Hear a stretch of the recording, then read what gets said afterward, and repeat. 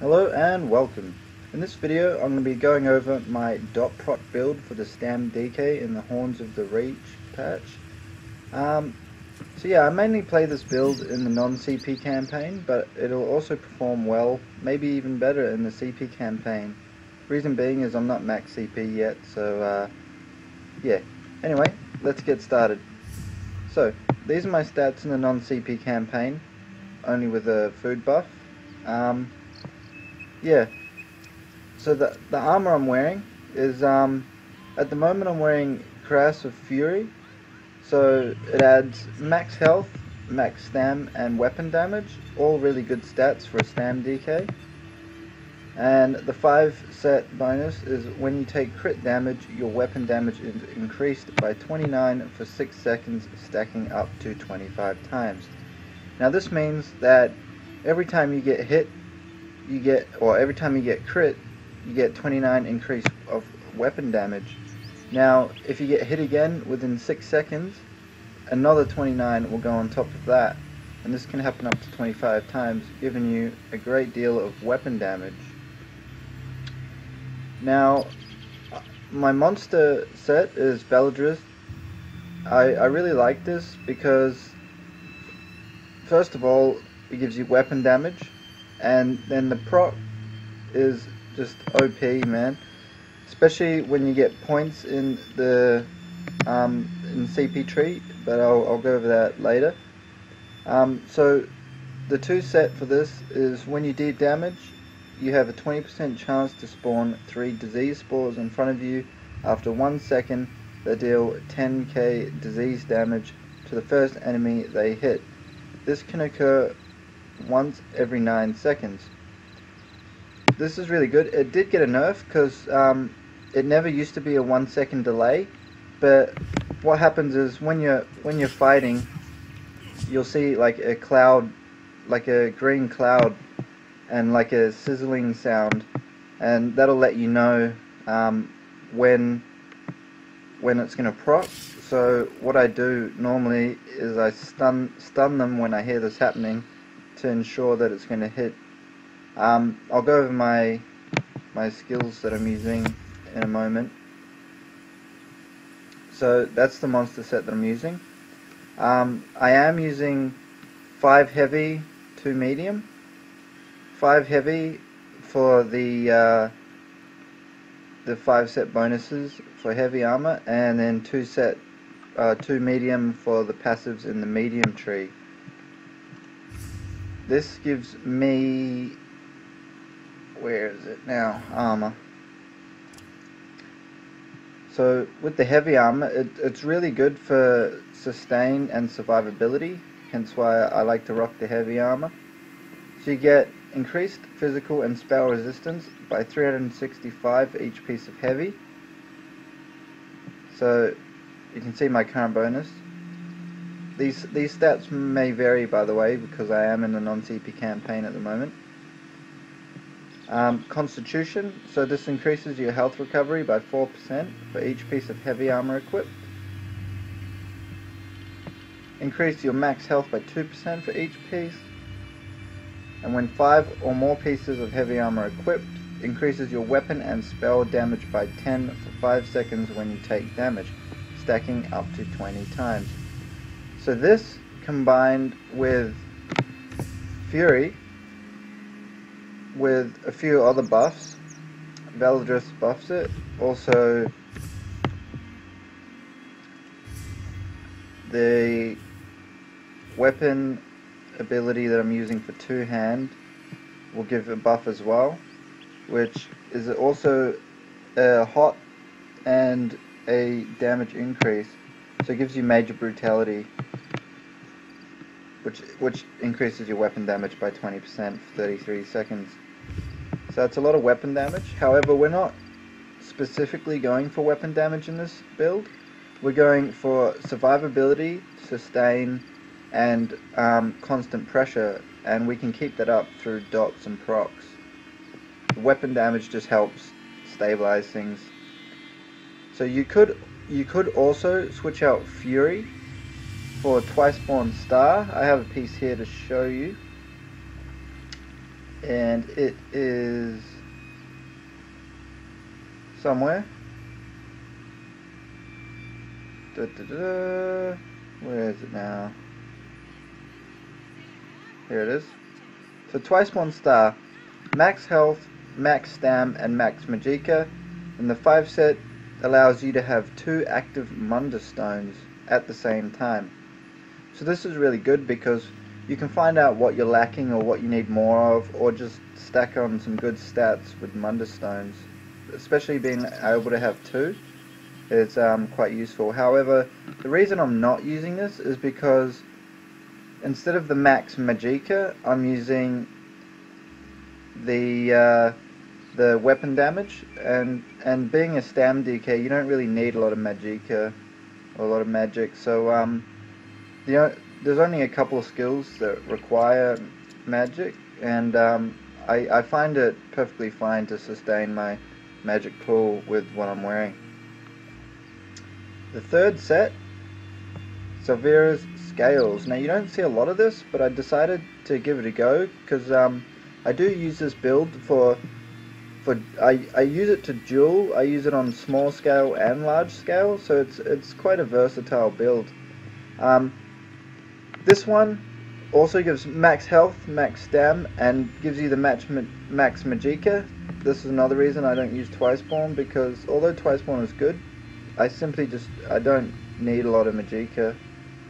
So anyway, the 4th set also reduces your damage taken by guards by 20%. This does apply in PvP because obviously you're gonna be fighting guards as well when you try to take keeps and resources. So that reduced damage by 20% really helps, especially if an enemy player shows up. You're gonna not worry so much about the guards and be able to focus more on the player. In the 5 set, when you deal damage, you have a 5% chance to cause a burst of llama poison that deals 988 poison damage in a 5-meter radius and an additional 5.5k poison damage over 6 seconds to all enemies hit. This effect can occur once every 6.5 seconds. So this is a nice dot proc, and honestly it says 5% chance to proc, but honestly it procs all the time. I was going to switch this out for something else, and I'll show you that right now. What I was going to use there, however, the reason I'm not using it is because it's quite hard to obtain. However, I am working towards that. Where is it? I was gonna use this. So this one adds max stam, weapon damage, and max stam, which I think is really good for the build I'm going for. And when you deal damage with a light or heavy attack against an enemy who has a poison damage ability on them, you have a 50% chance to deal an additional 3.2k poison damage. And this effect can occur once every 1 second. So I would choose the Poisonous Serpent set over Savira's Scales. However, it's a lot harder to obtain. This is obtained through doing HotR Citadel, which is a trial in Craglorn. So I'm working towards getting that set complete. However, it's a lot harder to get. So yeah, that's the armor I'm using. The jewelry. Oh, by the way, I'm using mostly all impen, and a Divine's Head. So with the set, you basically want to run as much impen as you can, but a few odd pieces doesn't really matter. That's okay. You'll survive. I did put a Ring of Fury there with Healthy, simply because just more stats, and yeah, it's a gold ring, so why not? And it allowed me to run my 5 heavy, 2 medium. Anyway, moving on. For the weapons, obviously I'm running Sword and Shield of Savira's Scales, so I can only proc that when I'm on my swordboard bar, which is okay because that's where we're going to be most of the time. And on the other hand, we have just a 2-hand battle axe, we're using a two-hand axe because we want to apply bleed and also the weapon enchant. We have a chance to apply that too, which we're just basically stacking dots on top of dots, and then we're going to be using just a couple of weapon abilities to apply a lot of pressure. So we're going to try and apply all of these as soon as possible and keep our opponents on the back foot. Okay, so I'm using that. I do have 2 sharpened at the moment. Infused is probably going to be better in this patch, just to give you a lot more weapon enchant damage. Also, you can run poisons on your weapons as well, rather than enchants, if you find that better. The poisons I do use is a damage Magicka poison, which increases the cost of your victim's Magicka abilities by 30% for 6.4 seconds, and also increases their stamina abilities by the same. That's very useful. A few other ones are just trash ones that I can use whenever I feel the need, like Hindrance, Ravage Health, another dot. The good thing about this is if people do cleanse it or remove the dots, they're so cheap and they proc so much that it's not really it's not an issue at all to just reapply them and keep the pressure on. So yeah, I'll go over my abilities now. So what I'm using is buffed up. Hang on, I'll show you the food I'm using first. So I'm using braised rabbit with spring vegetables. This is just a max health, max stam food. Yeah, just it gives more stats. So another option is dubious Cameron Throne. If you find that you're running out of stam too quick, or you just want that extra bit of recovery, you can run this instead, which increases your stam recovery by 319, max stam and max health for 2 hours. So that's got a good bit of recovery. Sometimes I do use it over that just gives more raw stats. So yeah, I'm just using that at the moment. As for pots, I briefly went over the poisons, but as for pots, I used a move ability which allows you to be immune to knockback and disabling effects for 15.7 seconds. Restores health and stam and gives you recovery in both. That's why I don't really need Cameron Throne, because I can keep my pots up 100%, and that just allows me to have good recovery. If I get in sticky situations, I can pop an Essence of Invisibility. That allows me to vanish and get away or get to a better location for a fight, like an uphill advantage or what have you. And this also grants Mage Expedition, which increases my movement speed, as Dragon Knights are known to be quite slow, so this helps with that. But if I do want Major Expedition, I usually use the Essence of Speed. This grants Major Expedition as well, increasing your movement speed by 30% for 47.6 seconds. So you can pop this and just run around like a god, like Flash or whatever. And yeah, you can run like as fast as a mount. I'm not even lying. But this one is also good because it grants Major Brutality as well, and restores stamina. So that's another good one to use. So the ones I use most is a move ability and speed. Okay, now that that's covered, I'll go over the abilities that I use. So to buff up, I normally hit Shuffle, Volatile Armor, and Rally. These are my main buffs, buffing up all this good stuff. So you can find Shuffle in the medium armor tree.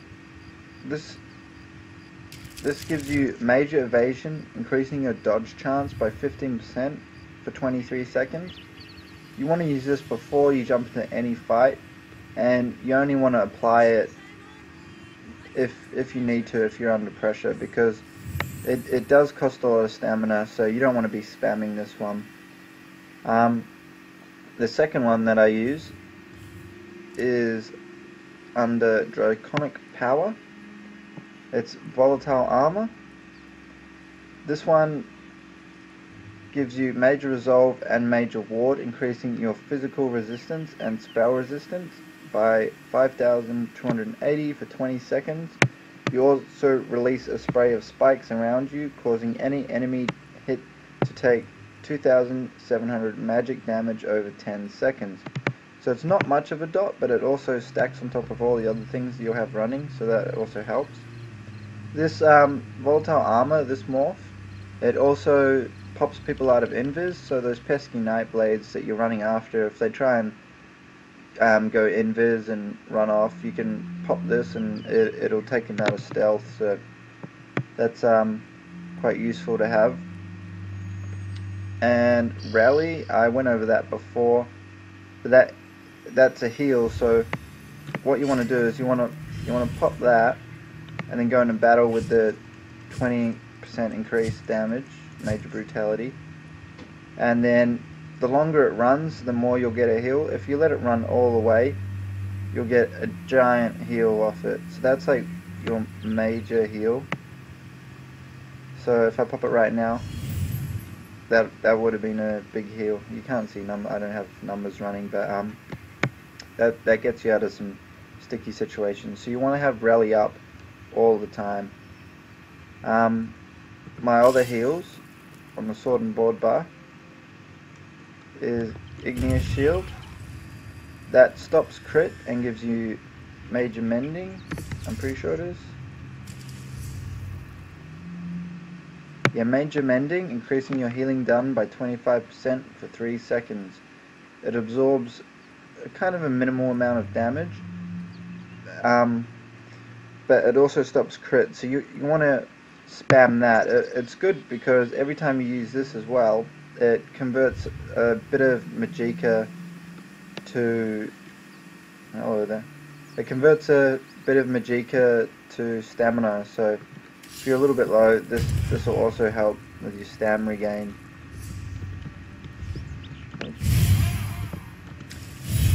So this is what I use to heal up in fights.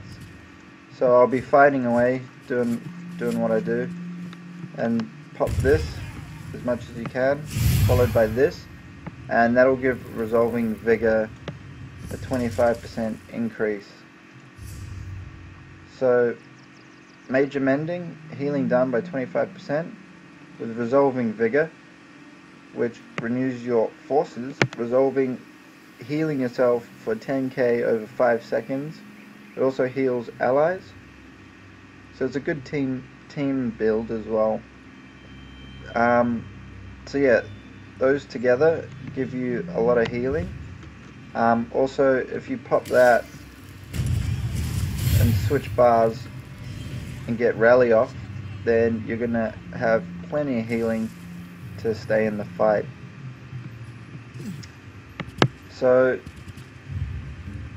we'll go over sort of my rotations really quick. I don't have anyone to try it on here, but basically before I go into a fight, I'll use Major Evade or Shuffle for Major Evasion, Volatile Armor, and I'll get Rally up. I'll use my Crit Surge or Stampede. I'm using Stampede because I switched a few things around for Horns of the Reach, and this launches you to the enemy, so it's like your gap closer.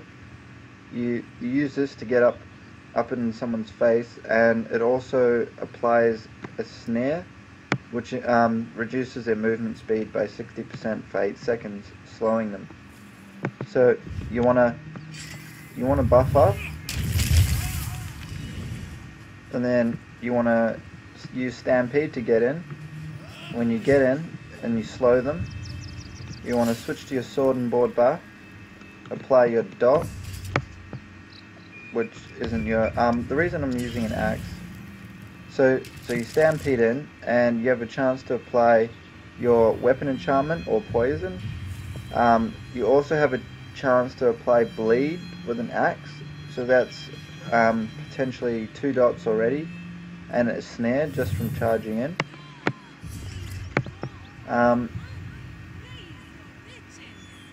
So you want to switch to your sword and board bar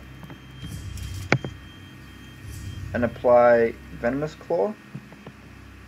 So you deal 2.5k poison damage and an additional 8k poison damage over 10 seconds. The poison seeps into the target and deals increased damage the longer it lasts, dealing 12% more damage every 2 seconds. So once you've stampeded in and snared them, you want to apply your Venomous Claw, and when you do this, make sure the dot ticks all the way down before you apply it again, so you get the maximum damage out of it. A lot of people apply it, and then when it's halfway through its tick, they reapply it, and you lose a lot of damage that way. So when you apply Venomous Claw, you want to keep it going for as long as you can. So once that's done, we have a chance also to proc our weapon ability, or our set ability, doing more damage. Then what we want to do is we want to stun them. We want to lock them down to make sure Veladrith hits them and all our dots don't get taken off right away. If they do, we can reapply. If not, good. So once we applied our Venomous Claw and the rest of our dots have a potential to proc, we want to bash them. I use Reverberating Bash for my stun. It deals sort of a minimal amount of damage, but it stuns them for 3 seconds. It also afflicts them with Major Defile, reducing their healing received and health recovery by 30%. So that's very helpful, applying a debuff on top of all the dots. That's a lot of pressure added. We also have Dawnbreaker of Smiting on this bar, the sword and board bar, which I main. There's other options, but I use this because it gives me an extra 2% damage just for having it slotted. I think it's 2%. Where is it? Increases your weapon damage, 3% for each Fighter's Guild ability slotted. So having this 3 out of 3 and this slotted will give you an extra 3% damage on top of all the other weapon damage we're getting. It's not really a weapon damage build as much as a dot build, but I do have the weapon damage purely because of the last ability that I'm going to go over, and that is Ransack. So thrust your weapon with a disciplined precision at an enemy, dealing 4k physical damage and taunting them. Taunt doesn't apply in PvP. But it also afflicts the enemy with Major Fracture, reducing their physical resistance by 5.2k for 12 seconds. It also gives me Minor Resolve, increases my resistance. And so yeah, with all these things running, it's a really powerful build. So I like to pop this one, get my speed boost. As you can see, I'm really fast, and Dragon Knights are meant to be quite slow, but with this it's good, and weapon damage.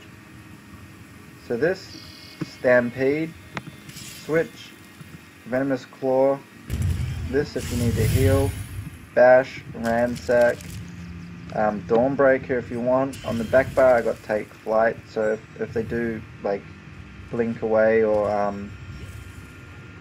get a bit of distance, say from me to that guy or whatever, I can just use Take Flight instead of Dawnbreaker if you have trouble using it. So yeah, it's quite effective.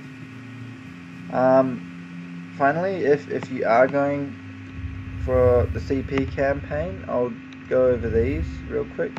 They don't apply where I am, I'm in a non-CP. I'm not maxed out, but what I would put is a decent amount, maybe 100 into Warlord, because you do want to reduce the cost of break free because you're going to be using it. I have some in here for Stam recovery, just to help with that recovery. Healthy and Magicka, not really necessary. 10 into tumbling for when I need to roll dodge. You don't need a lot in that because you're not going to be roll dodging that much, only to get out of some things that lock you down. Reduced block. You will be on the sword and board bar, and blocking is quite important, especially if someone drops a meteor or something, so that's quite useful. Yeah, I got a couple in here and the rest over here. So this is what you want to put most of your points in. There's Mighty, which increases your physical, poison and disease damage. So with your weapon damage going up, you're just going to be stabbing them with ransack all the time, which will give you a good bit of damage. And while your poison and disease dots are ticking with your procs, you're going to be applying a lot of pressure and doing quite a lot of damage, sustained damage as well, might add, with Mighty. I have a few in here as well, just to make up for things that I lack. But yeah, basically that's it at the moment. I do have Elemental Defender, however with Dragon Knight, you're pretty good on that because of the passives. So yeah, that's a quick look at my champion points. One thing I didn't go over is the Munda Stone. So you're obviously 64 in his stamina. So yeah, I'm using the Thief at the moment, which increases my weapon and spell crits. I have low crit rating, but that just helps a little bit. I should probably change that with this new patch. That did get a nerf. So I'm thinking the Warrior Mundas will probably be better. Yeah, so anyway, I hope this guide was helpful. I don't think I'm missing anything. I think that's about it. So yeah, I'll end it there, guys. I won't let it drag on too much, but if you liked it, leave a thumbs up, and if you have any questions, feel free to ask. Yeah, so that's my build that I'm running in Horns of the Reach, and yeah, I guess I'll end it there, guys. Till next time, bye.